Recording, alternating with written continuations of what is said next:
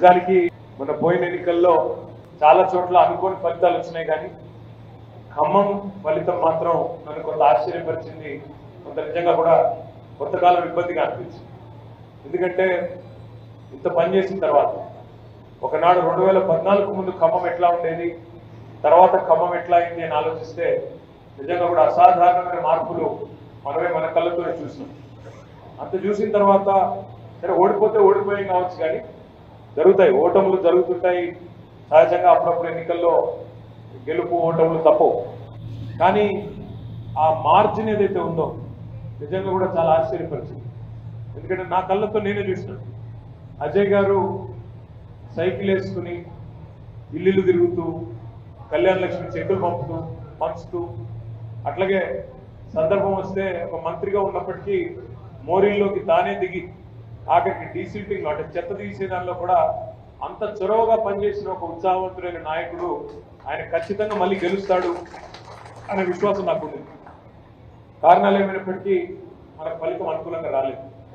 కానీ పెద్దలు కేసీఆర్ గారు ఎప్పుడు చెప్తుంటారు, గెలిచినప్పుడు పొంగిపోకూడదు, ఓడిపోయినప్పుడు కుంగిపోకూడదు అని. ఆ సూత్రాన్ని అందిపుచ్చుకునే ఏ ప్రజలైతే మనకి 10 ఏళ్ళ అధికారం ఇచ్చారో ఆ ప్రజలు ఏదో కారణంతో అవతల పార్టీ విసిరిన ఒక వల, ఒక ఆశల వల, ఒక అందమైన ఆశల పల్లకి ఏదైతే వాళ్ళు ఆ రోజు అరచేతిలో స్వర్గం చూపెట్టారు. కేసీఆర్ గారు ₹1,00,000 ఇస్తే మేము దాని మీదకెళ్ళి ఒత్తులో బంగారం ఇస్తాము, కేసీఆర్ 10,000 ఇస్తే మేము 15,000 ఇస్తాము, కేసీఆర్ గారు 2,000 ఇస్తే మేము 4,000 ఇస్తాము, కేసీఆర్ గారు ఇంట్లో ఒక ముసలమ్మకో ముసలయ్యకో ఇస్తే మేము ఇద్దరికి ఇస్తాము, ఒకవేళ తల్లిదండ్రులు ప్రభుత్వ ఉద్యోగులైనా వాళ్ళకు కూడా ఇస్తాము అంటూ ఏదైతే ఒక అరిచేతిలో స్వర్గం చూపెట్టినారో దాన్ని ప్రజలు కొంత నమ్మినట్టుగా ఉన్నారు. దాంతోపాటు మీ జిల్లాలో కొన్ని రాజకీయ సమీకరణల వల్ల కూడా మనకి చివరిలో కొంత నష్టం జరిగిన మాట వాస్తవం. కానీ గత సంవత్సర కాలంగా మనం ఓడిపోయినా ప్రజలకి కష్టం వచ్చినప్పుడు మాత్రం మనం ఇంట్లో కూర్చోలేదు. ఖమ్మంలో వరదలు వస్తే మళ్ళీ తిరిగి గుర్తొచ్చింది ఇదే పువ్వాడ అజయ్ గారు, ఇంటింటికి తిరిగి మళ్ళీ ప్రభుత్వం, మరి ఇంత పెద్ద ప్రభుత్వం, ఇంతమంది మంత్రులు, 3 మంత్రులు ఉన్నారు, డిప్యూటీ సీఎంతో కలిపి ఖమ్మం జిల్లాలో 3 మంత్రులు ఉన్నారు. కానీ కనీసం ఆ రాణి గారు అనే ఒక అమ్మాయి వాళ్ళ కుటుంబంతో సహా మొత్తం ఆ డాబా మీద చిక్కుకొని పోతే కనీసం ఒక హెలికాప్టర్ పంపించడానికి కూడా ప్రభుత్వానికి మనసు రాలేదు. మంత్రులు ఇవాళ ఎమ్మెల్యేల బర్త్డేలకి పనికి మాలిన కార్యక్రమాలకి మాత్రం హైదరాబాద్ నుంచి కూతవేడు దూరానికి కూడా హెలికాప్టర్ వేసుకొని పోతున్నారు. కానీ ఒక అమ్మాయి మొత్తం కుటుంబంతో సహా వరదల్లో అక్కడ చిక్కుకొని పోతే పంపించడానికి మాత్రం హెలికాప్టర్ దొరకలేదంట. కానీ మన ప్రభుత్వం ఉన్నప్పుడు ఎట్లా ఉండేదో ఒకసారి గుర్తు తెచ్చుకోండి.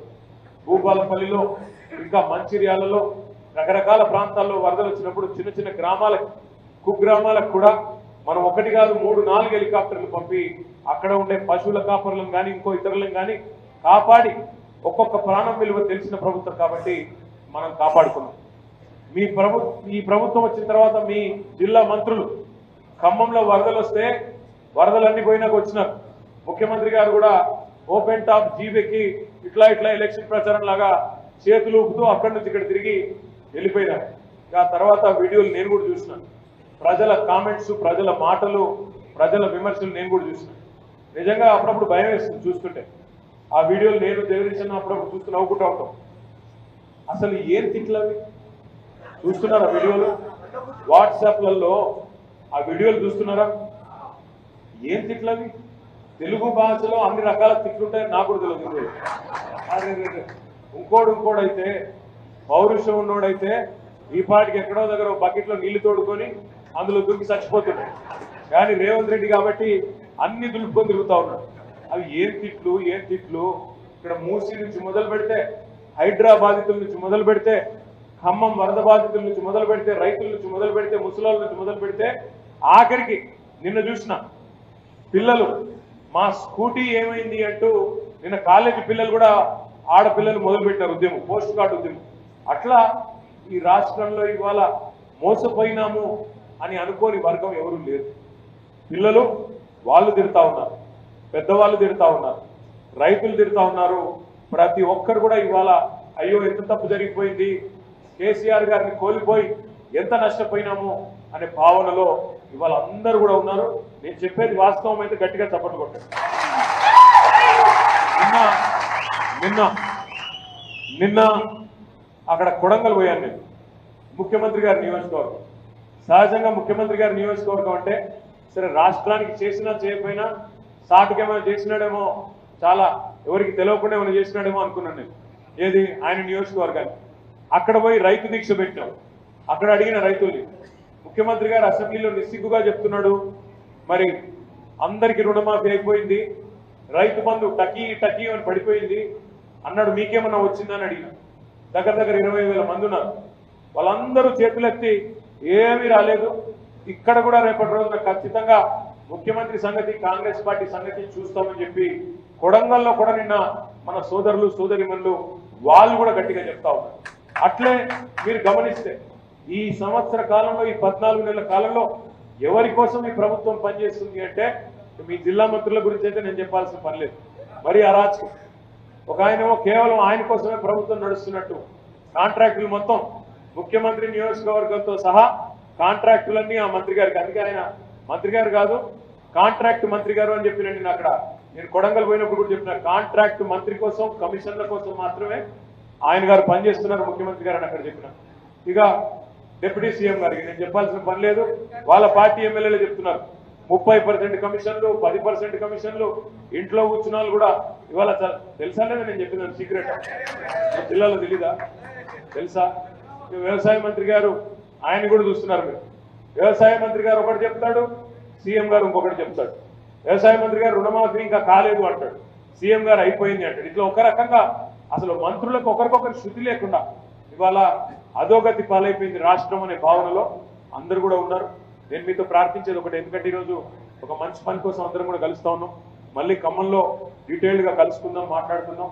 రానున్న రోజుల్లో 15వ తారీఖు స్థానిక సంస్థలకి ప్రభుత్వం ముందుకు పోతుందని చెప్తా ఉన్నారు. బీసీ సోదరులను కూడా ఈ ప్రభుత్వం వంచింది, మోసం చేసింది.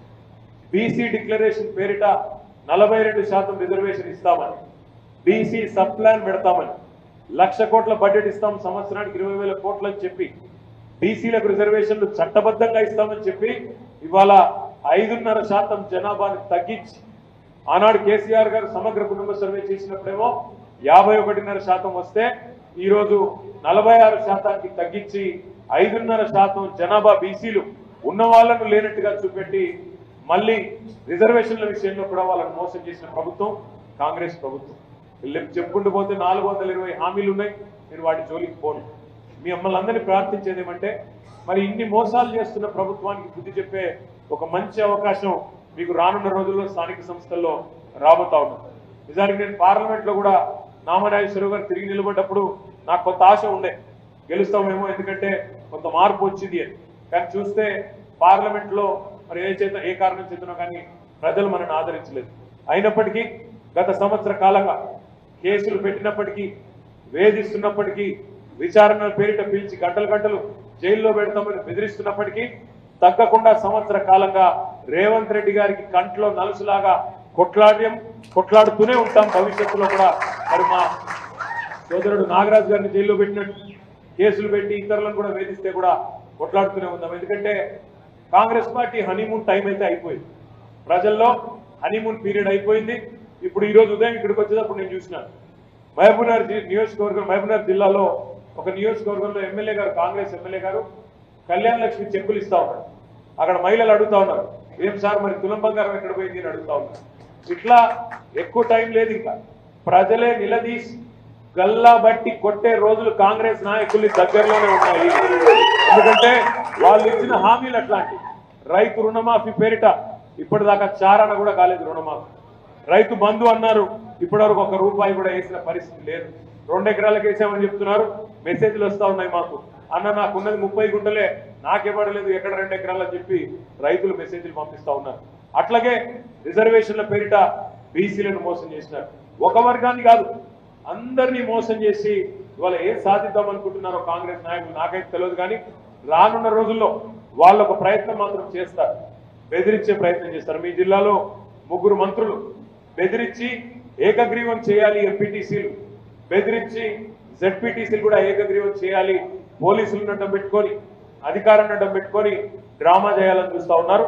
దాన్ని ఖచ్చితంగా అడ్డుకోగలిగేది కేవలం మళ్ళీ మన గులాబీ దండు మాత్రమే అనే మాట నేను మీకు గుర్తు చేస్తూ